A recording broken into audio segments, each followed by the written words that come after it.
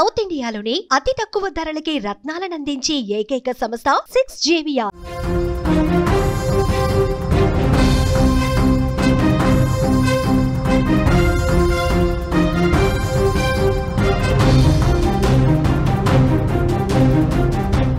తన కూతురి మరణానికి తండ్రి చేతబడే కారణమని నమ్మిన ఓ కొడుకు అత్యంత క్రూరంగా ప్రణాళిక వేసి కన్న తండ్రినే హతమార్చాడు. కేవలం ఒక మాంత్రికుడి మాటలు నమ్మి తన తండ్రిని కర్రతో కొట్టి చంపడమే కాకుండా ఆపై మృతదేహాన్ని ముక్కలు చేసి పారేశాడు. ఈ అమానుషమైన ఘటన కల్వకుర్తిలో జరిగింది.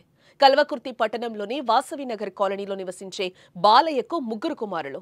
అందులో ఒక కుమారుడు గతంలో మరణించాడు. మిగిలిన ఇద్దరిలో చిన్న కుమారుడు బీరయ్యకు కూతురుంది.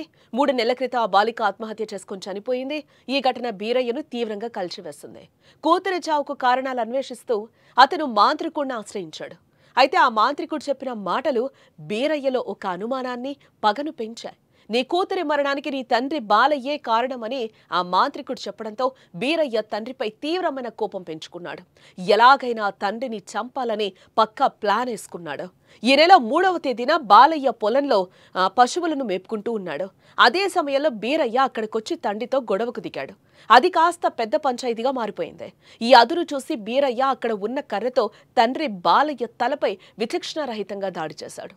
తీవ్రమైన దాడితో బాలయ్య రక్తపు మడుగులో స్పృహ కోల్పోయాడు. అతను చనిపోయే వరకు బీరయ్య దాడి చేస్తూనే ఉన్నాడు.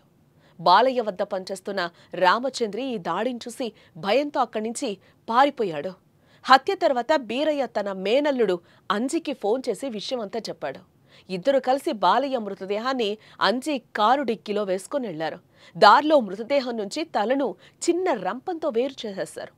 మొండెన్ను వంగూర్ మండలం డిండిచింతలపల్లి కాల్వలో తలను డిఎల్ఐ కెనాల్లో పడేశారు. తన తండ్రి కనిపించలేదు.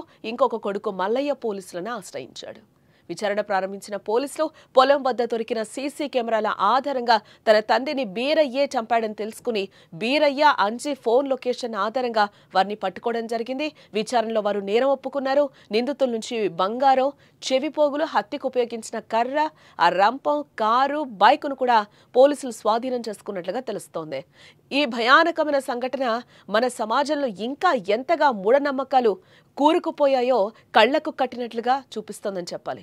మనవరాలి మరణానికి కారణం తెలియక బాధలో ఉన్న ఒక తాత ఒక మాంత్రికుడి మాటలు నమ్మిన సొంత కొడుకు చేతిలోనే ప్రాణాలు కోల్పడం అత్యంత విషాదకరం, బాధాకరం. అజ్ఞానం, అసహనం మనిషిని ఎంతటి నీచానికి దిగుజార్చుతాయో ఈ కేసు మరోసారి రుజువు చేసింది.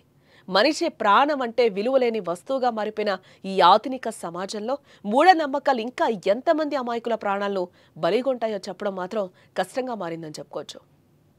మా నాయన బుధవారంకి వెళ్ళి కనపడలే. 3 తారీఖు నుండి ఇక్కడ పోయినా అనుకున్నా, రాలేదని బండి చిలకలు ఉన్నది. బండి చిలకలనే ఉందని పొద్దుగాల ఉదయం పాలు విండి పోసి 10కి స్టేషన్ కనుక్కున్నాను.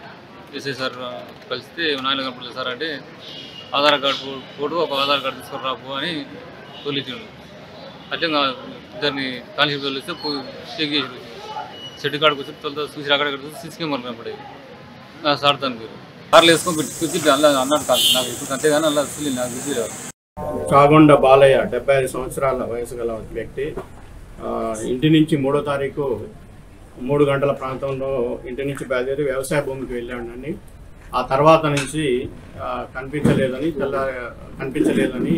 ఆయనకి డౌట్ వచ్చి అక్కడ బండి ఉండటము, రక్త మరకలు ఉండటము, ఒక కట్టె ఉండటంతో అనుమానంతో ఆడ సీసీ ఫుటేజ్ చెక్ చేయగా తన తమ్ముడు అయినటువంటి అఖిలుడు బీరయ్య, చాగొండ బీరయ్య 39 సంవత్సరాలు ఇతను, మరియు వాళ్ళ బంధువు అయినటువంటి ఓరే అంజి 21 సంవత్సరంలో కార్ డ్రైవర్. వీళ్ళిద్దరూ ఈ తమ్ముడు కట్టెతోని బాగా కొట్టడంతో అక్కడ కింద పడిపోయిండు, రక్త మార్పులతో ఉన్నాడు. డిఎల్ఐ కాలువ దగ్గర యాక్సా బ్లేడ్తో తలని మొండాన్ని వేరు చేసి ఆ డిఎల్ఐ కాలువలో తలని వేయటం అనేది జరిగింది. ఆ తర్వాత అదే కారులో తీసుకుని వెళ్ళి డిండి చింతపల్లి దగ్గర బ్రిడ్జ్ పై నుంచి బాడీని తోసి నీళ్ళల్లో వేయటం అనేది జరిగిన తర్వాత ఇద్దరు కలిసి పరారయ్యి ప్లాన్ ప్రకారంగానే అతని తండ్రిని చంపటము, ఇతని కారు అవైలబిలిటీ ఉండమని చెప్పడం, ఏటుకు ఇద్దరు కలిసి తీసుకొని చంపడం అనేది తీసుకొని పోవడం అనేది జరిగింది. దీనిలో వేరు చేసేటప్పుడు తలకు బంగారు రింగులు ఉంటాయి కదా, చెవుల రింగులని కూడా ఆ చెవు కోసి తీసుకోవడం అనేది జరిగింది. ఆ చెవు పోగులు ఇంట్లో దాచిపెట్టడం అనేది జరిగింది. ఈ కన్ఫెషన్లో భాగంగా మేము స్విఫ్ట్ డిజైరు, దానికి మొండాన్ని వేడి చేయడానికి ఉన్నటువంటి hacksaw blade and Honda bike, 4 చెవి పోగులు బంగారు దిన్నులు, వీళ్ళ యొక్క సెల్ ఫోన్లు అనేటువంటిది సీజ్ చేయడం అనేది జరిగింది.